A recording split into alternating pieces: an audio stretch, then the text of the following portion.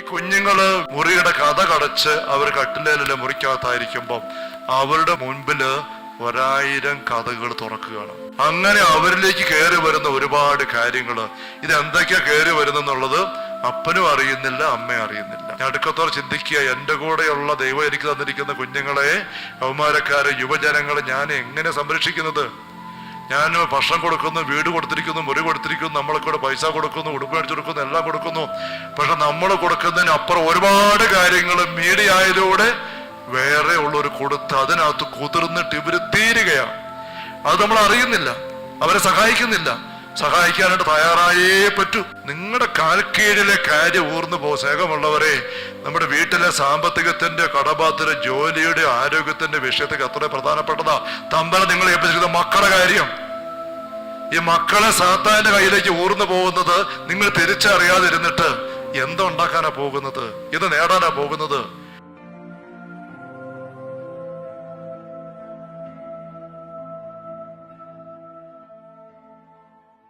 ഫരിസയരെ, യഹൂദരെ നിയമിച്ചിരിങ്ങനെ അസ്വസ്ഥതയോടെ ഒരു കാര്യം പറയുന്നു.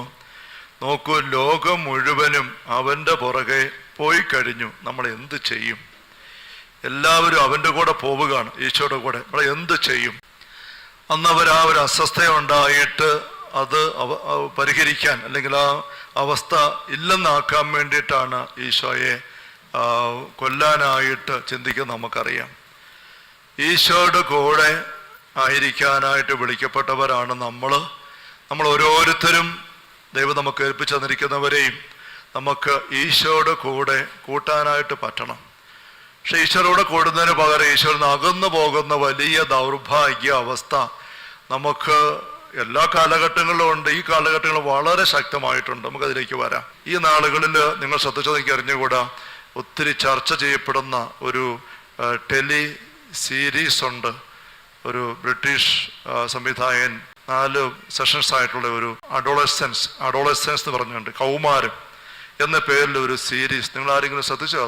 അത് ഒത്തിരി ചർച്ച ചെയ്യപ്പെടുന്നുണ്ട്. പ്രത്യേകിച്ചും കുഞ്ഞുങ്ങളുടെയും കുടുംബങ്ങളുടെയും സമൂഹത്തിന്റെ ഭദ്രതയെപ്പറ്റി ചിന്തിക്കുന്നവർക്കിടയിൽ ഒത്തിരി. മലയാളത്തിലൊക്കെ ചർച്ച നടക്കുന്നുണ്ട്. സംഭവം എന്താ ചോദിച്ചാൽ, കഥയിൽ പറയുന്ന ഒരു ആനുകാലിക സംഭവം പോലെയാണ്. ഒരു വീട്ടില് ഒരു മോനും മോളും. മോന് 13 വയസ്സ്, മോക്ക് 15 വയസ്സൊക്കെ ആയിരിക്കും. അപ്പനും അമ്മയും, നല്ല കുടുംബം.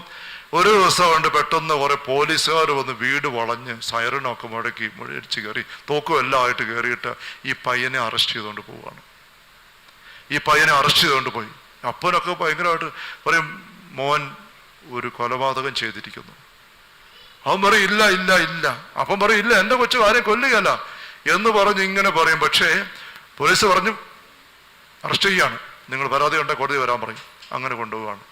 അവസാനം വരുമ്പം കൃത്യം സംഭവം, ഈ 13 വയസ്സുകാരൻ തൻ്റെ കൂടെ പഠിച്ച ഒരു പെൺകൊച്ചനെ കുത്തി കൊന്നു.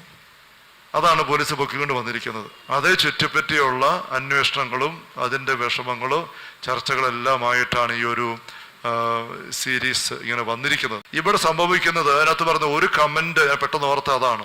ഒരു കമന്റ് അതിനകത്ത് പറയുന്നത്, ഈ കുഞ്ഞുങ്ങള് അവരുടെ മുറിയുടെ കഥ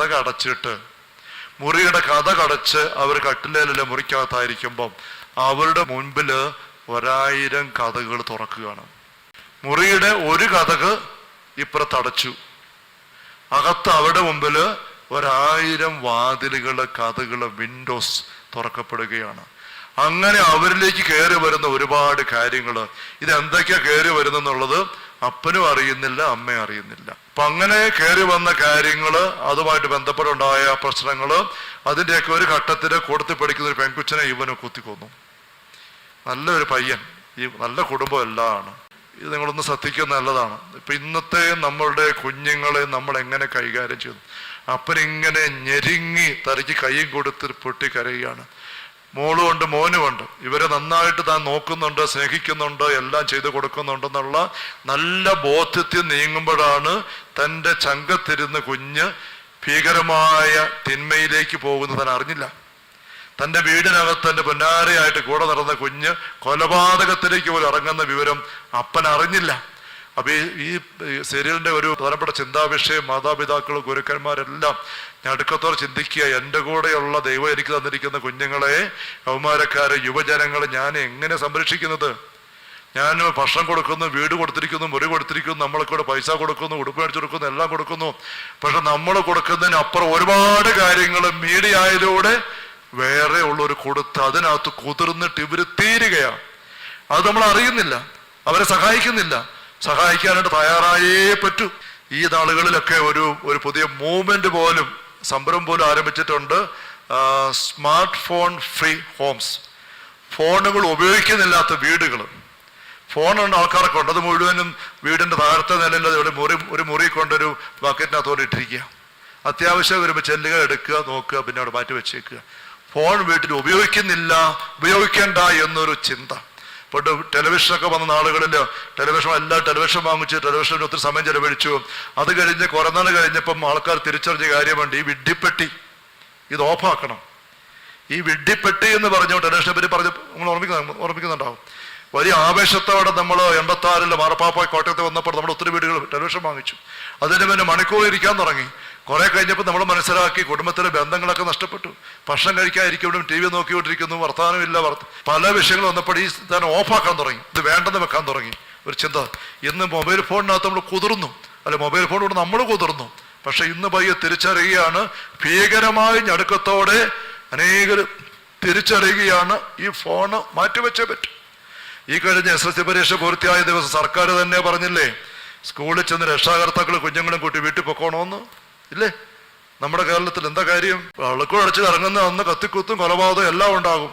ആ സ്ഥലത്ത് വിജിലൻസ് റിപ്പോർട്ട് കിട്ടിയപ്പോഴാണ് സർക്കാർ തന്നെ നിർദ്ദേശം കൊടുത്തത്, രക്ഷാകർത്താക്കൾ സ്കൂളിൽ ചെന്ന് കുട്ടികളെ അധ്യാപകരുടെ പക്കം നിന്നും ഒപ്പിട്ട് കൂട്ടിക്കൊണ്ട് വീട്ടിൽ കൊണ്ടുപോക്കണം. ഞങ്ങൾക്ക് ഉത്തരവാദിത്തമില്ല.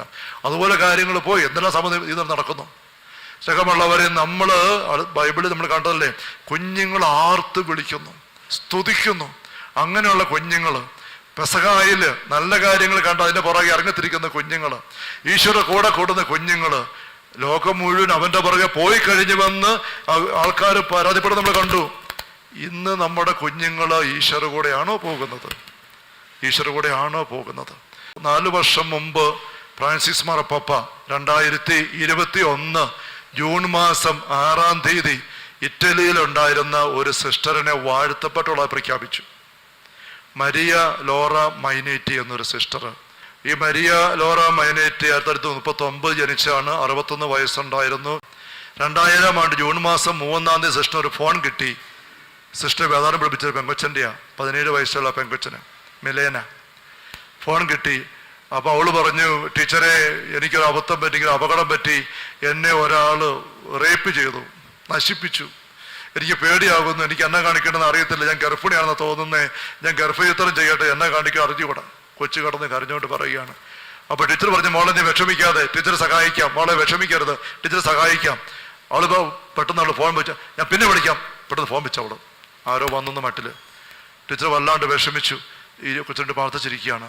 2 ദിവസം കഴിഞ്ഞു, 3 ദിവസം കഴിഞ്ഞു, ജൂൺ 6-ാം തീയതി 2000 ആണ്ട് ജൂൺ 6-ാം തീയതി രാത്രി 9 മണി കഴിഞ്ഞപ്പോൾ സിസ്റ്ററിന് ഫോൺ വീണ്ടും കൊച്ചിൻ്റെ കിട്ടി. ടീച്ചറെ, ഞാൻ വീട്ടിൽ നിന്ന് ഇറങ്ങി ഒളിച്ചോടി പോന്നു, ഞാൻ ഇവിടെ അടുത്തുള്ള പാർക്കിലുണ്ട്, എനിക്ക് പേടിയാവുന്നു, എന്നെ കാണിക്കണമെന്ന് അറിയത്തില്ല ടീച്ചറെ. ടീച്ചർ പറഞ്ഞു, ഞാൻ അങ്ങോട്ട് വരാം മോളെ, അവിടെ നിൽക്കും, ഞാൻ അങ്ങോട്ട് വരാം. രാത്രി 9:30 ഇറ്റലി സിസ്റ്റേഴ്സ് രാത്രിയിലൊക്കെ പോയി. ഈ സിസ്റ്ററിന്റെ, പ്രത്യേകിച്ചും ഈ സിസ്റ്ററിന്റെ പ്രധാനപ്പെട്ട ഒരു ശുശ്രൂഷ മേഖല കൗമാരപ്രായക്കാര് യുവജനങ്ങളെ സഹായിക്കുക എന്നുള്ളതാണ്. കൗമാരപ്രായക്കാര് അങ്ങനെയുള്ള പിള്ളേരുടെ കൂട്ടത്തിൽ നിരന്തര സമയം ചെലവഴിച്ച് അവരുടെ ലൈഫിലെ പ്രശ്നങ്ങൾ, വഴിതെറ്റലുകൾ അതൊക്കെ തിരിച്ചറിഞ്ഞ് അവർക്ക് നിർദ്ദേശം കൊടുത്ത് അവരെ സഹായിച്ച് അങ്ങനെ കൂട്ടിക്കൊണ്ടിരുന്ന സിസ്റ്ററാണ്. അപ്പൊ അത് ആ സിസ്റ്റർ പ്രധാനം പഠിപ്പിച്ചാണ് ഈ കൊച്ച് മിലേന. അതുകൊണ്ടും കൂടെ കൊച്ചു ഈ സിസ്റ്ററിനെ വിളിക്കുന്നത്. അപ്പൊ രാത്രി 9:30 വിളി വന്നു. 2000 ആണ്ട് ജൂൺ മാസം 6-ാം തീയതി 9 ആയപ്പം. അപ്പൊ സിസ്റ്റർ പലപ്പോഴും പോകാറുണ്ട് പുറത്തോട്ടൊക്കെ. സിസ്റ്റർ പറഞ്ഞു, മോളെ ഇപ്പം ഞാൻ വരാമെന്ന് പറഞ്ഞു. എന്നിട്ട് ഉടനെ സിസ്റ്റർ മഠത്തിന്റെ മതം കൂടിയാണ്. സിസ്റ്റർ അപ്പോഴേ പുറത്തിറങ്ങിയിട്ട് ഈ പാർക്കിൽ, ഒരു പാർക്ക്, പറഞ്ഞ പാർക്കിലേക്ക് ചെന്നു. ആ പാർക്കിന്റെ പടമായി കാണിച്ചിരിക്കുന്നത്. ആ പാർക്കിലേക്ക് ചെന്നു. അവിടെ ചെന്നപ്പം ഈ കൊച്ചുണ്ട്. ആ കൊച്ചു മാത്രമല്ല, ഈ സിസ്റ്റർ വേദാനം പഠിച്ച് വേറെ 2 പെമ്പിള്ളേരും കൂടി ഉണ്ട്. ഒരു വേറോനിക്ക, ഒരു അംബ്ര. 3 പെമ്പിള്ളേരാണ്. 3 പെമ്പിള്ളേർ, ഒരു 3 പേരും ഉണ്ട് അവിടെ. ഉടനെ ടീച്ചർ അവരുടെ കൂടത്തിൽ കയറി അകത്തോട്ട് കയറി പോവാണ്. പക്ഷെ സംഭവിച്ചതെന്ന് വെച്ചാൽ കുറച്ചും കയറി ചെന്നപ്പോൾ ഉണ്ടല്ലോ, ഇവര് അവരുടെ കയ്യിൽ ഈ ഇഷ്ടിക കരുതിയിരുന്ന അപ്പുറത്ത്. സിസ്റ്ററിനെ പെട്ടെന്ന് കാലുകൊണ്ടോ മറ്റോ ഇടിച്ച് നിലത്തോട്ട് വീടിച്ചിട്ട് ഈ ഇഷ്ടിക എടുത്ത് ഇടിക്കാൻ തുടങ്ങി. ഇടിച്ച് സിസ്റ്ററിന് പെട്ടെന്ന് തലകറങ്ങുന്നു. അപ്പം അങ്ങനെ സിസ്റ്റർ മേലെന്നായി കഴിഞ്ഞപ്പോഴത്തേക്ക് ഇവർ കയ്യിൽ കരുതിയിരുന്നു കത്തി. വീട്ടിൽ ഇങ്ങനെ എന്തോ അടുക്കള വെച്ച് കത്തിയ പിസ്സ മുറിക്കുന്ന കത്തിയാൻ പറ്റായിരുന്നു, അത് കൈ കരുതിയിരുന്നു. ഇവർ കത്തി എടുത്തിട്ട് സിസ്റ്ററിൻ്റെ കുത്താൻ തുടങ്ങി. ഓരോ കുത്തുമ്പോഴും ഈ പിള്ളേര് വിളിച്ചു പറഞ്ഞത് ഹെയിൽ സൈറ്റൻ, സാത്താന് സ്തുതി, ഇങ്ങനെ പറഞ്ഞുകൊണ്ട് കുത്തുകയാണ്.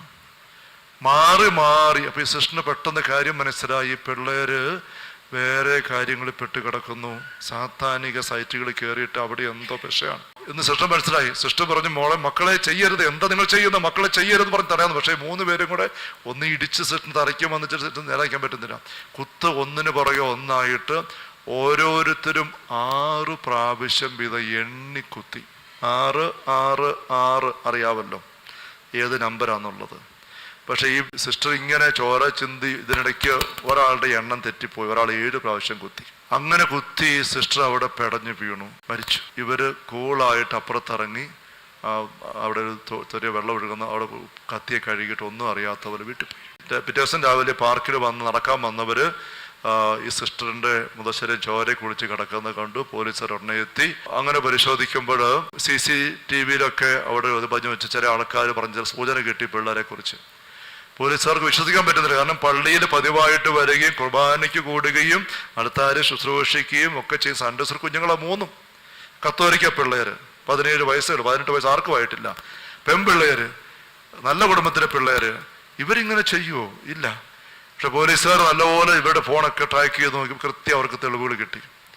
ആ തെളിവെല്ലാമായിട്ട് 2 ആഴ്ച കഴിഞ്ഞപ്പം ഈ പോലീസ് സംഘം ഈ 3 പിള്ളേരെ വീട്ടിലെത്തി. നേരത്തെ പറഞ്ഞ പോലെ അഡോളസൻസ് സിനിമയ്ക്ക് സീരി പറഞ്ഞ പോലെ പോലീസ് വന്ന് വീട്ടിൽ കയറിയപ്പോൾ അപ്പനും അമ്മയും കുടുംബങ്ങളും ഞടുങ്ങി. പോലീസ് വന്ന് കയറിയിട്ട് ഈ പിള്ളേരെ അറസ്റ്റ് ചെയ്യുകയാണ്. കുടുംബങ്ങൾ പറഞ്ഞു, ഞങ്ങളുടെ കൊച്ച് ഇതൊന്നും എന്താ ഇത്, ആ സിസ്റ്ററിനെ കൊന്നത് ഇവനാ. ഏയ് ഞങ്ങളുടെ കൊച്ചങ്ങനെ ചെയ്യുകയല്ല. പോലീസുകാർ പറഞ്ഞു തെളിവുണ്ട്, നിങ്ങൾ കോടതി വരാൻ പറഞ്ഞു. 3 പിള്ളേരെ അറസ്റ്റ് ചെയ്തുകൊണ്ട് പോയി തെളിവുകളെല്ലാം കൊണ്ടുവന്ന് ഹാജരാക്കിയപ്പോൾ ആർക്കും നിശ്ചയിക്കാൻ പറ്റും. അവസാനം പിള്ളേർ ആദ്യം പറഞ്ഞു ഞങ്ങളല്ല, പിന്നെ പറയും തമാശ ചെയ്തതാ, കൊച്ചു സിസ്റ്റർ മരിക്കുമെന്ന് ഓർത്തില്ല. പിന്നെ അവരുള്ള കാര്യം പറഞ്ഞു എന്താണ്, അവര് കുറെ നാളുകൾക്ക് മുമ്പ് മീഡിയയിൽ മൊബൈൽ ഫോണിൽ ഇങ്ങനെ കളിച്ച് കയറി ചെന്നപ്പോൾ സാത്താൻ സൈറ്റുകളിൽ ചെന്ന് കയറി. മുമ്പേ പറഞ്ഞില്ലേ, വീടിന്റെ പിള്ളേരുടെ മുറിയുടെ ഒരു വാതില് അടച്ചു, അകത്ത് 1000 വാതിൽ തുറക്കുകയാണ്. ഇതാരറിയുന്നു, ഇതാരറിയണം? അങ്ങനെ തുറന്നു കിട്ടിയ വാതിലിലൂടെ ഇവർ കൗതുകത്തിൽ കയറി സാത്താൻ സൈറ്റുകളിൽ ചെന്ന് കയറി. അപ്പൊ സാത്താന്റെ സംഘക്കാർ ഓരോ കാര്യങ്ങൾ ഇങ്ങനെ പറഞ്ഞ് തമാശ പറഞ്ഞ് ചില പ്രാർത്ഥനയൊക്കെ പറഞ്ഞു. സാത്താനെ വിളിച്ച പ്രാർത്ഥന മാർക്ക് കിട്ടാൻ, പഠിക്കാൻ, ജയിക്കാൻ, അങ്ങനെയൊക്കെ പറഞ്ഞ് ആരംഭിച്ച് സാത്താനെ വിളിച്ച് പ്രാർത്ഥിക്കുന്ന ഒരു അവസ്ഥയിലേക്ക് കുഞ്ഞുങ്ങൾ അറിയാതെ വന്നു. അതോടുകൂടി അവർക്ക് പ്രാർത്ഥിക്കാൻ പറ്റിയാലെന്നായി, വചനം കേൾക്കാൻ പറ്റുന്നില്ല. എങ്കിലും അവർ പള്ളി വരുന്നു, വീട്ടിൽ കുശറിയാൻ മുട്ടുകുത്തുന്നുണ്ട്, പക്ഷെ ഉറക്കം തൂങ്ങുന്നു, പള്ളി വരാൻ താല്പര്യമില്ല, പക്ഷെ നിർബന്ധിക്കും വരില്ല, ലൈനിക്കും എല്ലാം ചെയ്യും. നിങ്ങളുടെ കാൽക്കീഴിലെ കാര്യം ഊർന്നു പോകും. സ്നേഹമുള്ളവരെ, നമ്മുടെ വീട്ടിലെ സാമ്പത്തികത്തിന്റെ, കടബാധ്യത, ജോലിയുടെ, ആരോഗ്യത്തിന്റെ വിഷയത്തേക്ക് അത്ര പ്രധാനപ്പെട്ടതാ തമ്പല നിങ്ങൾ ഏൽപ്പിച്ചിരിക്കുന്ന മക്കളുടെ കാര്യം.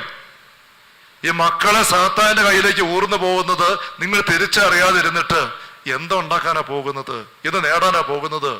ഇപ്പൊ ഈ 3 പെമ്പിള്ളേരുടെ വീട്ടില് അവർ ഞടുങ്ങുക. ഇടവ മുഴുവൻ ഞടുങ്ങി. നാട്ടിൻപുറത്തുള്ളൊരു ഇടവകയാ. ഇടവ മുഴുവൻ ഞടുങ്ങി. ഈ നമ്മുടെ ടീച്ചർ സിസ്റ്ററിനെ കൊന്നത് ഈ പിള്ളേരാണെന്നു. പക്ഷെ പോലീസ് കൃത്യം തെളിയിക്കുകയാണ്. അപ്പൊ ഇവര് പറഞ്ഞു ഇങ്ങനെ ഇതിനകത്ത് കയറി പയ്യെ ഓരോ കാര്യം ചെയ്ത് വന്നിട്ട് ഒരിടയ്ക്ക് വന്നപ്പോ ഈ സത്താങ്ങനെ ആൾക്കാർ പറഞ്ഞത്രേ, അടുത്താരെ വെച്ചിരിക്കുന്ന ബൈബിള് കത്തിക്കണം, എങ്കിലേ ഇനി നിങ്ങൾക്ക് മുന്നോട്ട് പോകാൻ പറ്റത്തുള്ളൂ. ഇവരെ ചെയ്തു. ബൈബിള് കണ്ടില്ല. അച്ഛന് മനസ്സിലായില്ല. അച്ഛനെ വേറെ ബൈബിള് മേടിച്ചു വെച്ചു. ആരെടുത്തൊരു ഓർത്തുള്ളൂ. ഇവര് കൊണ്ട് സാത്താനെ പ്രിയപ്പെട്ട കത്തിച്ചതാണ്. അങ്ങനെ പല കാര്യങ്ങൾ നമുക്ക് ഈ സാത്താന്റെ പുറകെ പോകുന്ന പിള്ളേരെ കൊണ്ടും മുതിർന്നവരെ കൊണ്ടൊക്കെ ഇവർ ചെയ്യിക്കുന്ന കാര്യങ്ങൾ. ഒന്ന്, ബൈബിള് കത്തിക്കുക, ബൈബിള് ചവിട്ടി നിർത്തിക്കുക, വിശ്വാസപ്രമാണം തലതിരിച്ച് ചൊല്ലിക്കുക. ഇങ്ങനെയൊക്കെയുള്ള വിശുദ്ധ കാര്യങ്ങൾ, അവഹേളിക്കുന്ന കാര്യങ്ങൾ, കുഞ്ഞു കാര്യങ്ങൾ ആരംഭിച്ച് ചെയ്ത് മുന്നോട്ട് വരും. പിന്നെ ഇവർക്ക് പുറകോട്ട് പറ്റിയാലോ. പുറകോട്ട് പോകാൻ ചിന്തിച്ചു കഴിഞ്ഞാൽ ഭീഷണിയാണ്. സാത്താൻ നിങ്ങളെ ശരിയാക്കും, ഭീഷണിയാണ്. ഈ ജിഹാദിലൊക്കെ ചെന്ന് ലൗചസപ്പെടുന്ന പിള്ളേരെയൊക്കെ ഇങ്ങനെ പേടിപ്പിച്ച് കെണിപ്പെടുത്തി കൊണ്ട് നമുക്കറിയാം. പിന്നെ നമുക്ക് പുറകോട്ടാൻ പറ്റുന്നില്ല. നിവൃത്തിയെല്ലാം മുന്നോട്ട് പോകും. അതിലൂടെ ആഭിചാരം കൂടെ ചെയ്യുകയാണ്. അടുത്ത കാലത്ത് ഒരു അച്ഛൻ്റെ പങ്കുവെക്കെ ഉണ്ടാകും. ലവ് ജിഹാദിന് ബന്ധപ്പെട്ട ആഭിചാരം, കൈവിഷം കൊടുക്കുന്നു.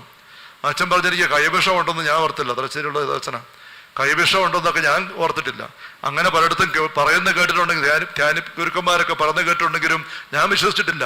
പക്ഷേ പല ലവ് ജിഹാദ് കേസിൽ കൈകാര്യം ചെയ്തപ്പോൾ കൃത്യം മനസ്സിലാക്കുകയാണ്, ഈ പ്രേമത്തിലേക്ക് ചാടിച്ചു കഴിഞ്ഞിട്ട് ആദ്യ സ്റ്റേജിൽ തന്നെ അവർ ആഭിചാരം ചെയ്യും, കൈവിഷം കൊടുക്കും. അപ്പം ഇനി പിള്ളേർക്ക് എന്ത് വന്നാൽ ആ പയ്യനെ വിട്ടു പോകാൻ പറ്റിയല്ല. അപ്പനോടും ബന്ധമില്ല, അമ്മയോടും ബന്ധമില്ല, പള്ളിയോടും ബന്ധമില്ല, ഈശോയോടും ബന്ധമില്ല. അങ്ങനെ തല മരയ്ക്കും, ആഭിചാരത്തിന് പിടുത്തിരങ്ങ് പെടുകയാണ്. ഇത് അച്ഛൻ പറയുകയാണ്, ഇങ്ങനെ സംഭവം ഉണ്ടെന്നുള്ളത് ഓർത്തില്ല. ശഖമുള്ളവരെ, നമ്മളിവിടെ എത്രയോ ഏതാനും വർഷങ്ങളായിട്ട് ഈ കാര്യം പറഞ്ഞുകൊണ്ടിരിക്കുക. ഇത് എത്രയോ യാഥാർത്ഥ്യമാണ്, സത്യമാണ്. ആഭിചാരത്തിന്റെ പിടുത്തം ഇങ്ങനെയൊക്കെ ഉള്ളത്. അപ്പൊ ഈ സാത്താനെ വിളിച്ച് എന്തെങ്കിലും ഒരു പ്രാർത്ഥനയും കാര്യങ്ങളും നടത്താൻ പിള്ളേര് മീഡിയ കയറി തമാശരാണെ പോലും ചെയ്ത് കഴിയുമ്പോഴേക്കും അവരുടെ ഉള്ളിൽ അവന് പിടുത്തം കിട്ടും. അങ്ങനെ വന്നിട്ട് ഈ 3 പിള്ളേരോട് അടുത്ത സ്റ്റേജിൽ ഈ സാത്താൻ ആൾക്കാർ പറഞ്ഞത്, ഒരു ദൈവ ശുശ്രൂഷ ചെയ്യുന്ന വ്യക്തിയെ സാത്താന് കുരുതി കൊടുക്കണം, മനുഷ്യ കുരുതി കൊടുക്കണം. ദൈവിക ശുശ്രൂഷ ചെയ്യുന്നൊരു വ്യക്തിയെ വേണം. എന്തുമാത്രം ശുശ്രൂഷ നിറഞ്ഞിരിക്കുന്ന ആളാണോ അത്രയും നല്ലത്. ഇവരാദ്യം ചിന്തിച്ചത് അവിടെ വികാരിച്ചനെ തന്നെ കുരുതി കൊടുക്കാവുന്നതാണ്. ഈ അച്ഛനെ കുരുതി കൊടുക്കാൻ അവർ പ്ലാൻ ചെയ്തു. അതിനുവേണ്ടി ഒരു പല രീതിയിൽ അച്ഛനെ ഒന്ന് കെണിപ്പെടുത്താൻ വേണ്ടി നോക്കിയിട്ട് പറ്റിയില്ല, ഒന്നും കിട്ടുന്നില്ല. പിന്നെ അവർക്ക് തോന്നി ഇങ്ങനെ കൈ എവിടെയെങ്കിലും വരുത്തി തന്നെ ഇത്ര വലുപ്പമുള്ള അച്ഛനാണ്, അച്ഛനെ പിടിച്ചാൽ നമ്മുടെ ഈ വീട്ടിക്കല എന്നോർത്ത് പിന്നെ അവർ അച്ഛനെ വേണ്ടെന്ന് വെച്ചു. പിന്നെ ആരെയാ? എന്നാ വേദപാഠം പഠിപ്പിച്ച ടീച്ചറിനെ ആകട്ടെ. അങ്ങനെയാണ് അവർ മരിയ ലോറ മൈനേറ്റി സിസ്റ്ററിനെ ഈ പറഞ്ഞ രീതിയിൽ റേപ്പ് ചെയ്തു എന്നുള്ള കള്ളക്കഥ ഉണ്ടാക്കിയിട്ട് പറഞ്ഞിട്ട് മടത്തിൽ നിന്ന് വിളിച്ചിറക്കി പാർക്കിൽ കൊണ്ടുവന്നിട്ട് ഇങ്ങനെ കുത്തിക്കൊല്ലുന്നത്. ഈ കുഞ്ഞുങ്ങളുടെ കാര്യം എല്ലാ അവസാനം ഏറ്റു പറഞ്ഞു. ഇപ്പോഴവർ പറയുന്നുണ്ട്, അങ്ങനെ കുത്തിക്കൊണ്ടിരുന്നപ്പോൾ ആദ്യം ഞങ്ങളോട് സിസ്റ്റർ പറഞ്ഞു മക്കളെ ചെയ്യല്ലേ എന്ന് പറഞ്ഞു. പിന്നെ സിസ്റ്റർ കുത്തേറ്റ് വീണപ്പോഴത്തേക്കും സിസ്റ്റർ ഞങ്ങൾക്ക് വേണ്ടി കരഞ്ഞു പ്രാർത്ഥിക്കുന്നുണ്ടായിരുന്നു. ദൈവമേ, ഇവര് ചെയ്യുന്ന എന്താ നീ കുഞ്ഞുങ്ങൾ അറിയുന്നില്ല, ഈ കുഞ്ഞുങ്ങളോട് ക്ഷമിക്കണേ എന്ന് പറഞ്ഞ് കരഞ്ഞോണ്ടാ ഞങ്ങളുടെ ടീച്ചർ മരിച്ചത് എന്നീ പിള്ളേർ പറയുന്നുണ്ട്. 5 വർഷത്തേക്ക് അവരെ നല്ല നടപ്പിനൊക്കെ ആയിട്ട് ശിക്ഷിച്ച് അങ്ങനെയൊക്കെ വിട്ടിട്ട് വരുമ്പോൾ പ്രായപൂർത്തിയാകാത്ത പിള്ളേരായിരുന്നു. അത് കഴിഞ്ഞിപ്പോൾ അവർ പേരൊക്കെ മാറി വേറെ സ്ഥലങ്ങളിൽ പോയി വിവാഹിതരായിട്ട് ജീവിക്കുന്നുവെന്നാണ് റിപ്പോർട്ട് കിടക്കുന്നത്. ശഖമുള്ളവരെ, കത്തോലിക്ക പിള്ളേർ, നല്ല കത്തോലിക്ക കുടുംബത്തിലെ പെൺപിള്ളേർ 17 വയസ്സേ ഉള്ളൂ, വേദപാഠം പഠിക്കുന്നവർ, അടുത്താരെ ശുശ്രൂഷ ചെയ്യുന്നവർ ചെയ്ത കാര്യമാണിത്. ശഖമുള്ളവരെ, നമ്മുടെ കുഞ്ഞുങ്ങളെ പ്രത്യേകമായിട്ട് ശ്രദ്ധിക്കണമെന്ന് ഞാൻ ഇന്ന് ഈ വകുമക്കലിന് വേണ്ടി ചിന്തിച്ച് പ്രാർത്ഥിച്ചിരുന്നപ്പം എൻ്റെ ഉള്ളിൽ പ്രത്യേകിച്ച് ഈ അഡോളസൻസ് ആ ഒരു സീരീസും അത് അനേകർ നൊമ്പരത്തിലേറ്റ. കാരണം എല്ലാവരും തിരിച്ചറിയ കുഞ്ഞുങ്ങളെ നമുക്ക് സംരക്ഷിക്കാൻ പറ്റുന്നില്ല, കുഞ്ഞുങ്ങളെ നമുക്ക് നയിക്കാൻ പറ്റുന്നില്ല, സഹായിക്കാൻ പറ്റുന്നില്ല. കാരണം അവരിലേക്ക് ഈ മീഡിയ വഴി എന്തുമാത്രം തിന്മ വന്നാ കയറുന്നത്. അതിനകത്ത് അവർക്ക് ഈശോ പ്രാർത്ഥിക്കാൻ പറ്റുന്നില്ല, ഒന്ന് സ്തുതിക്കാൻ പറ്റുന്നില്ല. അങ്ങനത്തെ കെട്ട അവസ്ഥപ്പെട്ടു പോകുന്ന അനേക കുഞ്ഞുങ്ങളാണ്. നമ്മൾ ബൈബിളിലേക്കൊക്കെ നോക്കുമ്പോൾ എത്ര കുഞ്ഞുങ്ങളെ കാണാം. ദാനിയേലിന്റെ പുസ്തകത്തിലെ 3 യുവാക്കന്മാര്, ദാനിയേലിനെ കൂട്ടി 4 യുവാക്കന്മാര്, അവരൊക്കെ അന്യനാട്ടിൽ കഷ്ടപ്പെടുന്ന അവസരം വരും അവരൊക്കെ നല്ല ചിട്ടയോടെ ജീവിച്ചിട്ട് അവരെ തീക്കകത്തിടും പോലും ദൈവത്തെ സ്തുതിക്കുന്നു, അല്ലേ? 3 ബാലന്മാരുടെ കീർത്തനം ദാനിയേലിന്റെ പുസ്തകം കാണാം, 3-4 വായിക്കും കാണാം. അങ്ങനെ സ്തുതിക്കുമ്പോൾ തീക്കകത്ത് പോലും മാലാഖയുടെ സാന്നിധ്യം അനുഭവിക്കുന്ന യുവാക്കള് ദാനിയേലിന്റെ പയ്യൻ. ഇവർ 4 പേരെ കൊട്ടാരത്തിൽ കൊണ്ട് പാർപ്പിക്കുമ്പം നല്ല ഒന്നാം തന്നെ ഭക്ഷണം വിജാതി രീതിയിലുള്ള മാംസഭക്ഷണം കൊടുക്കുമ്പോൾ ഇവർ 3-4 പിള്ളേർ പറയും, ഞങ്ങൾക്ക് നിശ്ചിതമായി ഒരു ഭക്ഷണം ഞങ്ങൾ കഴിക്കുകയല്ല, ഞങ്ങൾ വെള്ളവും വെജിറ്റേറിയൻ മാത്രം കഴിച്ചോളാം എന്ന് പറഞ്ഞുകൊണ്ട് അവര് നോയമ്പെടുത്ത് നീങ്ങി നല്ല ഒന്നാം തരം ജോലിയെ കൊട്ടാരത്തിൽ വാങ്ങിക്കുന്ന സംഭവം കാണാൻ പറ്റും. ഞാനിത് എടുത്തു പറയാൻ കാരണം, നമുക്ക് കുഞ്ഞുങ്ങൾക്ക് പോകേണ്ട വഴി ഭജനത്തിൽ ഭംഗിയായിട്ടുണ്ട്. മറ്റൊരു യുവാവാണ് 17 വയസ്സുകാരൻ പൂർവ്വപിതാവ് ജോസഫ്. 17 വയസ്സുള്ളപ്പോൾ വിറ്റുപോയി ഈജിപ്തിൽ ചെന്നിട്ട് വലിയൊരു പൊത്തിപ്പറയുടെ വീട്ടിലെ മേലാളായിട്ട് മാറി. അന്യനാട്ടിൽ പോയി ജോലി ചെയ്യുന്ന എത്ര യുവാക്കൾ നമുക്കുണ്ട്. യുവാക്കന്മാരും യുവതികളും നാടും വീടും വിട്ട് വിദേശ രാജ്യങ്ങളിൽ പോയി ജോലി ചെയ്യേണ്ടി വരുന്നു. ഈ ജോസഫ് 18 വയസ്സുകാരൻ ആ വീട്ടിൽ താമസിക്കുമ്പോൾ നമുക്കറിയാം സംഭവം. ആ യജമാനത്തി പാപത്തിന് നിർബന്ധിക്കുക, പാപത്തിന്റെ സാഹചര്യങ്ങൾ. നമ്മൾ വീടും നാട് വിട്ട് പുറത്തു പോകുമ്പോൾ നമ്മുടെ കുഞ്ഞുങ്ങളൊക്കെ വളർന്ന് കയറി വരുമ്പം അവർ കടന്നു പോകാൻ പോകുന്ന, അവർ അഭിമുഖീകരിക്കേണ്ടി വരുന്ന സാഹചര്യങ്ങൾ എന്തെല്ലാമാണ്. വീടിനകത്തെ അന്തരീക്ഷമൊന്നുമല്ല, വീടിനകത്ത് പോലും ശരിയാകുന്നില്ല അന്തരീക്ഷം. പുറത്തേക്ക് പോകുമ്പം അവിടേക്ക് അവർക്ക് പിടിച്ചു നിൽക്കാൻ പറ്റണ്ടേ? എങ്ങനെ സാധിക്കും? ഈ പൂർവ്വപിതാവ് ജോസഫ് 18 വയസ്സുകാരൻ പയ്യൻ പറഞ്ഞു, എൻ്റെ ഉള്ളിൽ ദൈവമുണ്ട്, ദൈവത്തിന് നിരക്കാത്ത ഞാൻ ചെയ്യുകയല്ല. ജോലി പോയി, പക്ഷെ ദൈവത്തിന് നിരക്കാത്ത ചെയ്യലെന്ന് പറഞ്ഞു. അങ്ങനെ ജയിലിൽ തടവിൽ പോയി കിടക്കേണ്ടി വന്നു. പക്ഷെ അവസാനം ദൈവം അവനെ ഉയർത്തി നമുക്കറിയാം, രണ്ടാം ഫറവയായിട്ട് മാറ്റി. ഇങ്ങനെ ബൈബിളിൽ തന്നെ കാണുന്ന യുവ ജനങ്ങളെ കുറിച്ച് സ്നേഹമുള്ള നമ്മൾ തിരിച്ചറിയണം. ഇതൊന്നും നമ്മുടെ കുഞ്ഞുങ്ങൾ ഇന്ന് കാണുന്നില്ല, നമ്മുടെ കുഞ്ഞുങ്ങൾ കണ്ടിട്ട് അറിയുന്നില്ല. അവർ കാണുന്ന മുഴുവൻ സാത്താ സേവക്കാരുടെ സൈറ്റുകളും ഈ മീഡിയയിൽ യൂട്യൂബിലും ഒക്കെ ഇവരും കൊടുക്കുന്ന കാര്യങ്ങളെല്ലാം കണ്ട് അതിൻ്റെ പുറകെ ആകർഷിതരായി ഇറങ്ങി തിരിച്ചു പോവുക. പെസഹായുടെ അവസരത്തിൽ യഹൂദ കുടുംബങ്ങളിൽ കൊച്ചു കുഞ്ഞ് കാർന്നോട് ചോദിക്കുന്നത്, എന്താ അപ്പച്ച ഇന്ന് ഇങ്ങനെ ഭക്ഷണം കഴിക്കുന്നേ? കാണുന്നതിൻ്റെ പുറകെ ചോദിക്കുക. കാണാനൊരു നല്ല കാര്യം വെച്ചു കൊടുത്തു. അതുകൊണ്ട് കണ്ടു കുഞ്ഞുങ്ങൾ അതിന് ബാക്കി അവർ പറഞ്ഞു കൊടുത്തു. ആ വഴി കുഞ്ഞുങ്ങൾ കയറി വരിക കരുത്തോടു കൂടെ. ശഖമുള്ളവരെ നമ്മൾ വളരെ ഗൗരവത്തോടെ പരിഗണിക്കേണ്ട മേഖലയുണ്ട്. മത്തായി 15 വായിക്കുന്നില്ലേ? കാനാൻകാരി സ്ത്രീ ഈശ്വരപക്കലെത്തിയിട്ട് കരഞ്ഞ് കെഞ്ചി യാചിക്കുക മകൾക്ക് വേണ്ടിയിട്ട്. തൻ്റെ മകള് പിശാച് ക്രൂരമായ ആവശ്യാവസ്ഥയിൽ കിടക്കുക വീട്ടില്. ആ മകളെ സഹായിക്കാൻ വേണ്ടിയിട്ട് ഈശ്വരപക്കലേക്ക് ഈ സ്ത്രീ വരുന്നത്. ഭാഗ്യപ്പെട്ടൊരു മോളാ അത്. ഈശ്വരപക്കലേക്ക് മകളുടെ കാര്യം പറയാൻ വേണ്ടി കരഞ്ഞ് നാണം കെട്ട് പുറകെ വന്ന് കെഞ്ചി കെഞ്ചി ചോദിക്കാൻ മാത്രം വിശ്വാസം ആത്മാർത്ഥമുള്ള ഒരു അമ്മയെ കിട്ടിയ കൊച്ചിന് നമ്മുടെ കുഞ്ഞുങ്ങൾക്ക് ഭാഗ്യമുണ്ടോ? നമ്മുടെ കുഞ്ഞുങ്ങൾക്ക് ഭാഗ്യമുണ്ടോ? ഏതെല്ലാം പൈശാചിക പീഡയ്ക്ക് നമ്മുടെ കുഞ്ഞുങ്ങളെ ഇരയാകുന്നുണ്ട്. അവിടെ അപ്പനും അമ്മയായിരിക്കുന്ന നമ്മള് കർത്താവിന്റെ പക്കൽ കെഞ്ചി കെഞ്ചി കെഞ്ചി പുറകെ ഈശോ അവളെ അവഗണിക്കുന്നതിന് പെരുമാറും നമുക്കറിയാം. പട്ടി കേട്ട് കൊടുക്കുന്നത് ശരിയല്ല. എന്താ അതെല്ലാം കേട്ട് അവൾ പിന്നെ ഏറ്റി എന്ന് സാഷ്ടാംഗം വീണ് കരഞ്ഞുകൊണ്ട് അവൾ തൻ്റെ കുഞ്ഞിന് വേണ്ടിയിട്ടാണ് ഈശ്വര പക്കൽ കെഞ്ചുന്നത്. മോനിക്ക അമ്മ അഗസ്തീനോസിന് വേണ്ടി കരഞ്ഞതുപോലെ അഗസ്തീനോസ് ഭാഗ്യപ്പെട്ട കുഞ്ഞായി. അങ്ങനെ അമ്മയെ കിട്ടിയത് കൊണ്ട് നമ്മൾ അമ്മമാരും അപ്പന്മാരും നമ്മുടെ കുഞ്ഞുങ്ങൾക്ക് ഇതുപോലെ അവരുടെ ഭാഗ്യമായിട്ട് മാറുന്ന അമ്മമാരും അപ്പന്മാരും ആകുന്നുണ്ടോ?